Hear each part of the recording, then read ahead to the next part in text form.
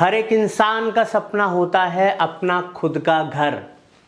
और आज की डेट में जो फाइनेंशियल फ्रीडम की ये रेस चल गई है, उसमें कई तरीके के आप लोग वीडियोस देखते होंगे, बड़े बड़े इन्फ्लुएंसर्स के पॉडकास्ट देखते होंगे। कोई कहता है भाई अपना घर खरीदना बहुत ज़्यादा ज़रूरी है, कोई कहता है क्यों घर के अंदर इन्वेस्टमेंट करें, इससे अच्छा हम रेंट पे रहें। तो दोस्तों ये चीज़ बहुत ही ज़्यादा कंफ्यूजिंग हो गई है।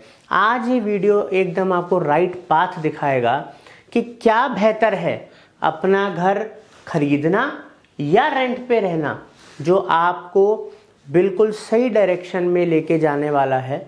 और अगर आपने वीडियो एंड तक देखा तो मेरा आपसे वादा है कि फाइनेंशियल जो लिटरेसी है वो कितनी काम की है आज आपको पता लगेगा, जिससे कि आप भी अपनी वेल्थ वैसे ही ग्रो कर पाओगे जैसे अमीर लोग ग्रो कर पाते हैं, वैसे सोच पाओगे जैसे अमीर लोग सोच पाते हैं। बिकॉज हम आपको वही थॉट प्रोसेस आज बताने वाले हैं। So welcome to money fundas, आपका अपना फाइनेंशियल दोस्त। दोस्तों आज हम दो फैक्टर्स के बारे में बात करने वाले हैं, एक इमोशनल फैक्टर और एक प्रैक्टिकल फैक्टर। तो आइए जुड़े रहिए इस वीडियो के संग। अभी हम इंडियंस की बात करते हैं, हिंदुस्तानियों की बात करते हैं। दोस्तों जब हम अपना खुद का सपनों का मकान ले रहे होते हैं तो इंडिया में ज़्यादातर जो है वो क्या है, इमोशनल पुल है, ना कि प्रैक्टिकल इन्वेस्टमेंट या पुल। अब ऐसा क्यों है? बिकॉज इंडिया के अंदर मैक्सिमम जो हम लोगों की सोच है वो ये है कि हमारा खुद का मकान एक सेटिस्फेक्शन रहती है, पीठ भारी रहती है और लाइफ लॉन्ग एक एसेट क्रिएट हो जाती है। मगर दोस्तों वहीं पर अगर हम उन लोगों की बात करें जो बहुत अमीर हैं, ठीक है, और जिन्होंने पैसे से पैसा बनाया, वो इंडियंस भी हो सकते हैं कुछ या विदेशी लोग भी हो सकते हैं। तो आप खुद सोचिए कि एक मकान लेने में, मान लीजिए अगर कोई एक इंसान अपना सपना पूरा करता है और 1 CR का एक मकान लेता है। 1 CR का मकान लेने में हो सकता है उसने 50 लाख या चलो 50 लाख ज़्यादा हो गई, 30 लाख रुपए की उसने डाउन पेमेंट करी, 70 लाख रुपए लोन ले लिया। अब पहली चीज़ 30 लाख रुपए भी तो उसने हार्ड एंड मनी थी जो उसने जोड़े थे, और 70 लाख रुपए का जो लोन लिया उसकी जो EMI बनेगी, मान लो 15 साल के लिए या 20 साल के लिए ले, तो 70-80 लाख रुपए के आसपास की EMI भी बन जाएगी। तो अब आप इसको उसको अगले 20 साल तक एक इंसान की जो पूरी जो ज़िंदगी है, जो असली ज़िंदगी है, उसकी जीने की जो ज़िंदगी है, पैसा बनाने की जो ज़िंदगी है, काम करने की ज़िंदगी है, वो एक्चुअल में तो 20-30 साल ही है मैक्सिमम, जिसमें से मैक्सिमम टाइम वो EMI भर रहा है, लोन चुका रहा है। और कई लोग तो इस तरीके से इमोशनल हो जाते हैं और गलत डिसीजन ले लेते हैं कि जहाँ वो पैसा लगाते हैं तो उसके फ्यूचर या उसके कागज़ चीज़ों के बारे में भी इतना नहीं सोचते कि कम से कम उनकी इन्वेस्टमेंट दुगनी तिगनी हो जाए। मगर अगर यही 30 लाख रुपए और जो आप EMI दे रहे हो उसकी जगह आप म्यूचुअल फंड या SIP कराएं, तो वो इतना सारा पैसा अगले 20 से 30 साल में आपका विद कंपाउंड कम से कम 2 गुना 3 गुना या उससे भी ज़्यादा हो सकता है अगर आपने ज़्यादा समय तक के लिए रखा है तो। अब ना मैं आपको एक बहुत सिंपल इन्वेस्टिंग का रूल समझाऊंगा। अगर कई लोग हैं उनको भाई मकान ही लेना है, वो रेजिडेंशियल में ही इन्वेस्ट करेंगे, तो उसके लिए भी एक सिंपल फॉर्मूला है। अगर तो वो आपको फिट बैठता है, अगर वो फॉर्मूला आपके लिए फिट बैठता है, आपको लगता है कि आपकी सिचुएशन वैसी है, तो कोई दिक्कत नहीं है, आप you can go for your house. अब इसके अंदर क्या है, मान लीजिए अब आपको एक मकान लेना है, ठीक है, उसकी कीमत क्या है, 1 CR उसकी कीमत है। तो ये जो रूल है 30, 30 एंड 3 का है। 1 CR का मकान है तो कम से कम आपके पास जो डाउन पेमेंट करने के लिए पैसा होना चाहिए लगभग 30 लाख से 35 लाख के आसपास होना चाहिए। चलो हम 30 लाख लिख लेते हैं कि कम से कम 30% पैसा आपके पास डाउन पेमेंट का आपके पास होना चाहिए। कर्जा वर्जा नहीं है जी, मैं दे सकता हूँ। और जो EMI बनेगी, अब देखो 30 लाख तो आपने दे दिया, बट 70 लाख रुपए तो बैलेंस है। मोटी मोटी जो EMI बनेगी वो लगभग 70,000 रुपये के आसपास महीने की मान लो, ठीक है, 70,000 रुपये 70,000 की EMI बनेगी महीने की अगले 20 साल के लिए। तो क्या आपकी तनख्वाह इसकी 3 गुना है। 3 गुना क्यों कह रहा हूँ कि जो भी आपकी सैलरी हो, ठीक है, उसका सिर्फ 30% ही ईएमआई में जाना चाहिए, उससे ऊपर नहीं, क्योंकि बाकी का जो 70% है वो आपके बचना चाहिए। आपके और भी खर्च हैं आगे, आपको और भी बहुत कुछ करना है तो 30% तो डाउन पेमेंट होना चाहिए। जो ईएमआई बने वो आपकी सैलरी की या इनकम की 30% से ऊपर नहीं होनी चाहिए। हो सकता है आपकी सैलरी हो, कुछ आपकी अदर इनकम भी आ रही हो कहीं इधर उधर से, तो मतलब आपकी टोटल इनकम की 30% से ऊपर नहीं होनी चाहिए। इसको और आसानी से समझते हैं। 3 का मतलब कि अगर मान लो साल की इनकम, अगर मेरी मान लीजिए अगर मेरी साल की इनकम 20 लाख रुपए है, ठीक है, तो इसका 3 कर दो मतलब 60 लाख। 60 लाख तक का मकान मैं आराम से खरीद सकता हूँ बिना किसी दिक्कत के। 10 लाख है तो 30 लाख तक का, 50 लाख है तो 1.5 करोड़ तक का। इस चीज़ को भी आपको दिमाग में रखना है। दोस्तों एक और मैं आपको फंडा समझाता हूँ, ठीक है। वो फंडा क्या है, मान लीजिए आपने 1 करोड़ रुपए का जो फ्लैट है वो आपने, मकान कह लो, फ्लैट कह लो, जो भी है वो आपने खरीद तो लिया इन्वेस्टमेंट पॉइंट ऑफ व्यू से। अगर 1 करोड़ रुपए लगाने के बाद साल का 5 to 6% का आपको रिटर्न आ रहा है, मतलब 5 से 6 लाख रुपए रेंट आपको आ रहा है, ठीक है, जो देखा जाए महीने का लगभग 50-60 पैसे के आसपास का रेट हो गया, ठीक है, 0.5-0.6% का रेट हो गया। तो आपने सही इन्वेस्टमेंट करी है, बढ़िया है, चल रहा है, क्योंकि यहाँ पर हमें रिटर्न भी ठीक मिल रहा है और साथ के साथ एप्रिसिएशन भी मिलेगी, तो कोई दिक्कत नहीं है। अगर मान लीजिए जैसे आजकल हाल हो रखे, मैं आपको दिल्ली एनसीआर की बात बता देता हूँ, कुछ जगहों की, मैं किसी जगह का नाम नहीं लेना चाहता हूँ, ठीक है, बट आप सबको ही पता है सब कि 5 CR तक के फ्लैट हैं और रेंट मुश्किल से उनका जो आता है वो 1 लाख रुपीस पर मंथ का आता है, बड़ी मुश्किल से। अब आप खुद देख लीजिए, 5 करोड़ रुपए की इन्वेस्टमेंट, 1 लाख रुपए महीने के हिसाब से 12 लाख रुपए साल हो गया। अब जो 12 लाख है वो कितना % हो गया, इसका कितना % हो गया, आप लगा लो मुश्किल से 1.5 या 2 के बीच में, मुश्किल से, ठीक है, साल मतलब साल का बता रहा हूँ, तो क्या रिटर्न है।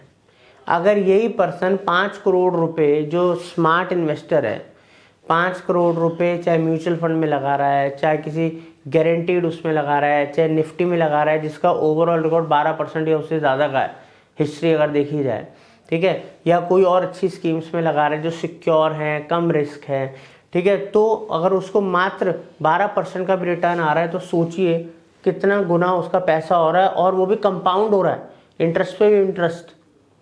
तो अब आप इसमें तो लॉजिक क्लियर है ना कि इन्वेस्टमेंट कहाँ बेहतर है।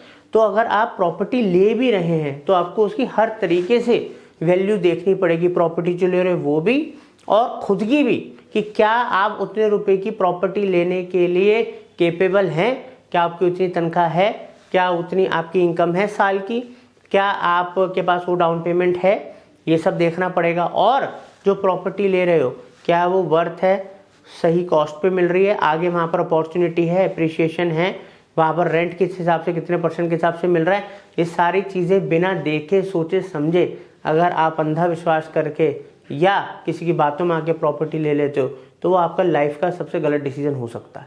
अब दोस्तों इस वीडियो के हम मेन पड़ाव पे हैं, जहाँ पर हम समझेंगे कि वो कौन से फैक्टर्स हैं जो मकान खरीदने पे मजबूर करते हैं, और वो कौन से फैक्टर्स हैं जो रेंट पे रहने के लिए हम लोगों को मोटिवेट करते हैं, ठीक है।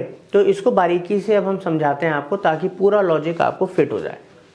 सबसे पहले अगर हम वाई बाय की बात करें, तो जैसे मैंने आपको बोला था इमोशनल फैक्टर, तो इमोशनल फैक्टर है कि हमारा अपना खुद का एक मकान तो कम से कम होना चाहिए।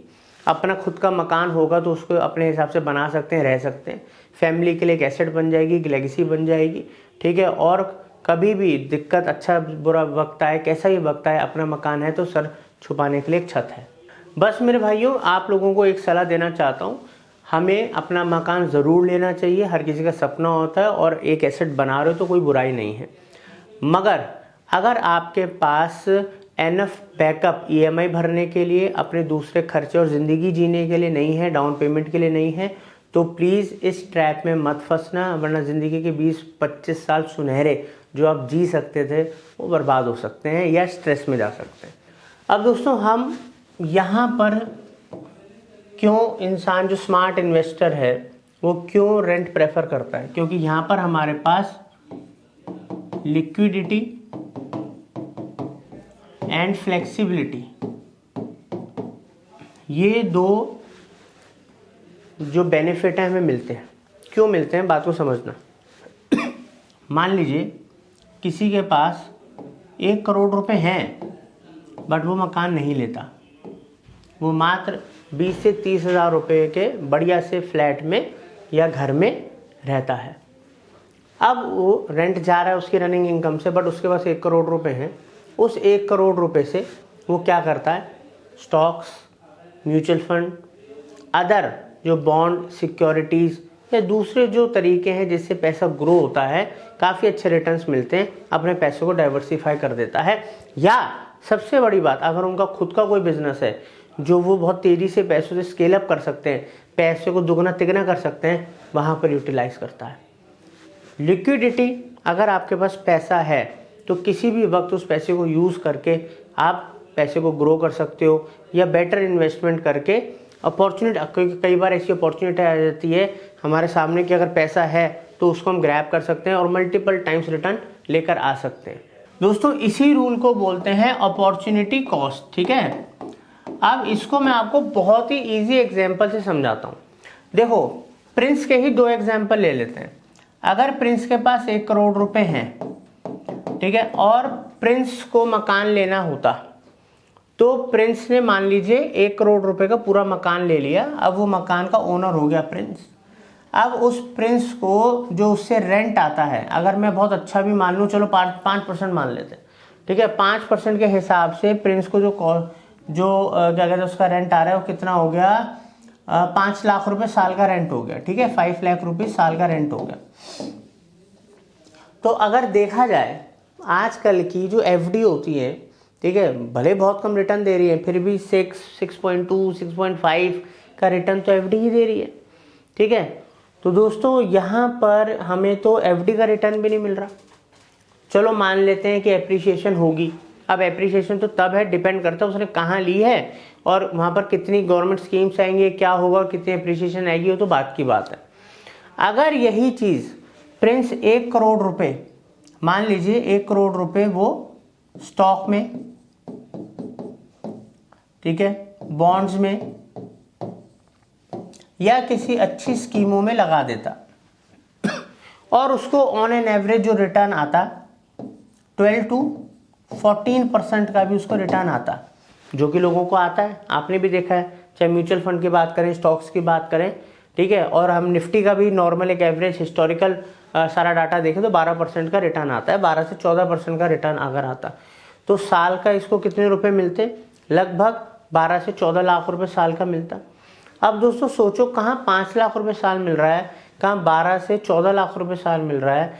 तो इसमें से आप खुद सोचिए, एक स्मार्ट इन्वेस्टर उसी पैसे को कितनी तेज़ी से ग्रो कर सकता है। अगले 3-4 साल में अगर वो 5 लाख रुपए उसका रेंट भी मान ले और बाकी का बैलेंस पैसा वो री इन्वेस्ट कर रहा है, अच्छी स्कीमों में लगा रहा है, अच्छे स्टॉक्स ले रहा है, तो अपने पैसों को मल्टीप्लाई कर रहा है और वो पैसा भी बढ़ता जा रहा है, बढ़ता जा रहा है, बढ़ता जा रहा है। तो आप ये सोचिए कि आप अगर कोई प्रॉपर्टी में इन्वेस्ट करते हो तो आपको सोच समझ के करना है, वहाँ की रेंट यील्ड देखनी है, अपना बैकअप देखना है, जो आपको कितनी इनकम का सिर्फ 30% से ऊपर का ईएमआई ना जाए और आपके पास फुल डाउन पेमेंट हो, प्लस जिस एरिया में ले रहे हो वहाँ पर ग्रोथ अपॉर्चुनिटीज़ हो, एप्रिसिएशन अच्छा हो। अब दोस्तों आप सिर्फ मेरे कहने पे मत जाओ, हम इसको ना कैलकुलेट करके देखते हैं, ठीक है। मान लीजिए मैं आपके लिए चीज़ों को और आसान कर लेता हूँ कि लिक्विडिटी भी रहे, सारा पैसा ना फंसे, ठीक है। चलो एक काम करते हैं, यहाँ पर मैंने एक एसआईपी कैलकुलेटर ओपन कर लिया है, यहाँ पर एसआईपी और लमसम दोनों देखेंगे। अब हम क्या करते हैं, 1 करोड़ की जगह ना 70 लाख रुपए प्रिंस डाल देते हैं सीधा लमसम में। पहले हम लमसम पे चलते हैं। टोटल इन्वेस्टमेंट जो प्रिंस करता है वो 70 लाख रुपए की कर देते हैं, ठीक है। 70 लाख दोस्तों यहाँ हमने कर ली। एनुअल ना हम 12% ले रहे, ना हम 14% ले रहे, हम 13% ले लेते हैं सिर्फ, ठीक है। 13% का रिटर्न उसको मिला। अब मकान भी हम 20 साल तक EMI भरते तो 20 साल का ही ले लेते हैं, ज़्यादा नहीं लेते। ये हमने 20 साल का ले लिया। अब 70 लाख रुपए लमसम में 13% एनुअल रिटर्न पे तौर पे इसने किसी स्कीम में डाल दिए, ठीक है, सिक्योर सेफ कंपनी 20 साल के लिए।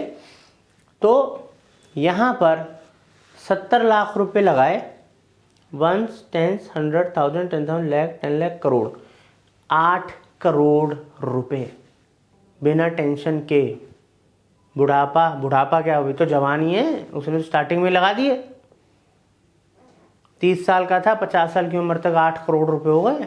मैंने कोई बहुत बड़े रिटर्न्स नहीं बताए, 18%, 20%, 19%, बिल्कुल प्रैक्टिकल बात करिए। मगर अभी भी गेम बचा है, क्योंकि 1 करोड़ रुपए से ज़्यादा मेरे सिर्फ 70 गया, 30 लाख रुपए पे आते हैं। यहाँ पर हम SIP पे आते हैं। अब 70 लाख रुपए बचा हुआ था।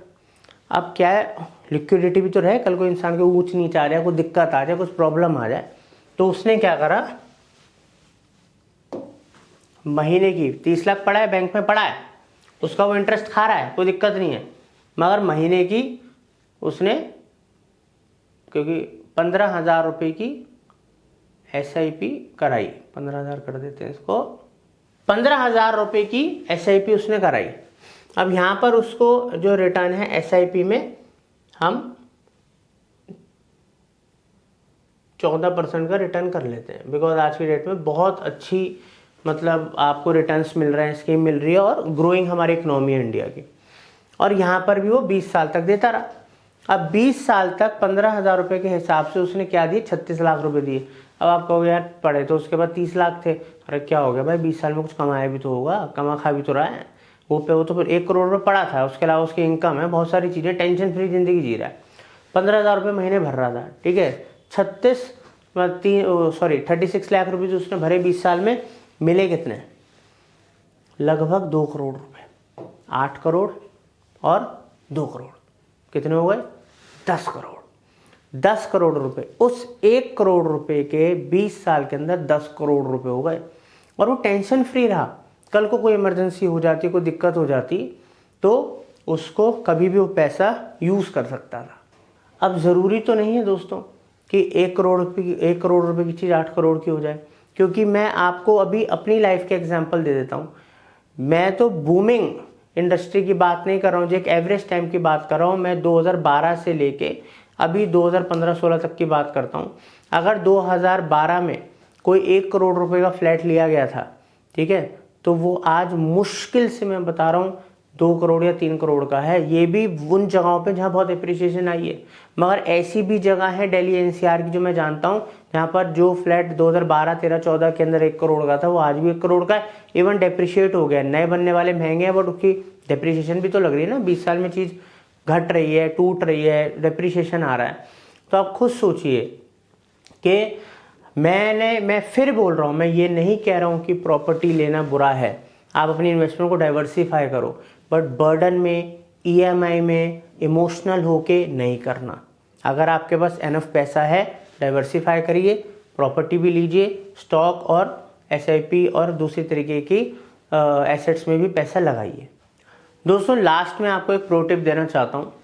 देखिए, कोई भी अगर आप इन्वेस्टमेंट कर रहे हैं और आपके पास अच्छा खासा अमाउंट है या बहुत कम अमाउंट भी है, तो अगर आप किसी से भी रजिस्टर्ड फाइनेंशियल एडवाइज़र की मदद लें और ख़ुद अपने आप को फाइनेंशियली एजुकेट करें, लिटरेट बनाएं हमारे जैसे चैनलों से, ठीक है, तो उससे क्या होगा, आप अगर कम उम्र से ही अपने पैसे की बजटिंग करना, उसको मैनेज करना, सही जगह इन्वेस्ट करना और अपनी इनकम को डाइवर्सिफाई तरीके से इन्वेस्ट करना सीख गए, तो आप बहुत ही कम एज में, मैक्सिमम 15 से 20 साल के अंदर अंदर फाइनेंशियली फ्री हो सकते हैं। उसके बाद आप अपनी रिटायरमेंट की लाइफ जिए। काम करना है, खुशी के लिए काम कीजिए, ना कि मज़दूरों की तरह मेहनत कर रहे हैं तब खाना आ रहा है। नहीं दोस्तों, आप सिर्फ अपने आप से एक वादा कीजिए कि मैं आज से ही अपने पैसों की बजटिंग करूँगा, फाइनेंशियल लिटरेट होऊंगा, नॉलेज लूँगा, किसी अच्छे एडवाइज़र की राय लेके मैं अपने पैसे को आज से ही काम पे लगाऊंगा। थैंक यू दोस्तों।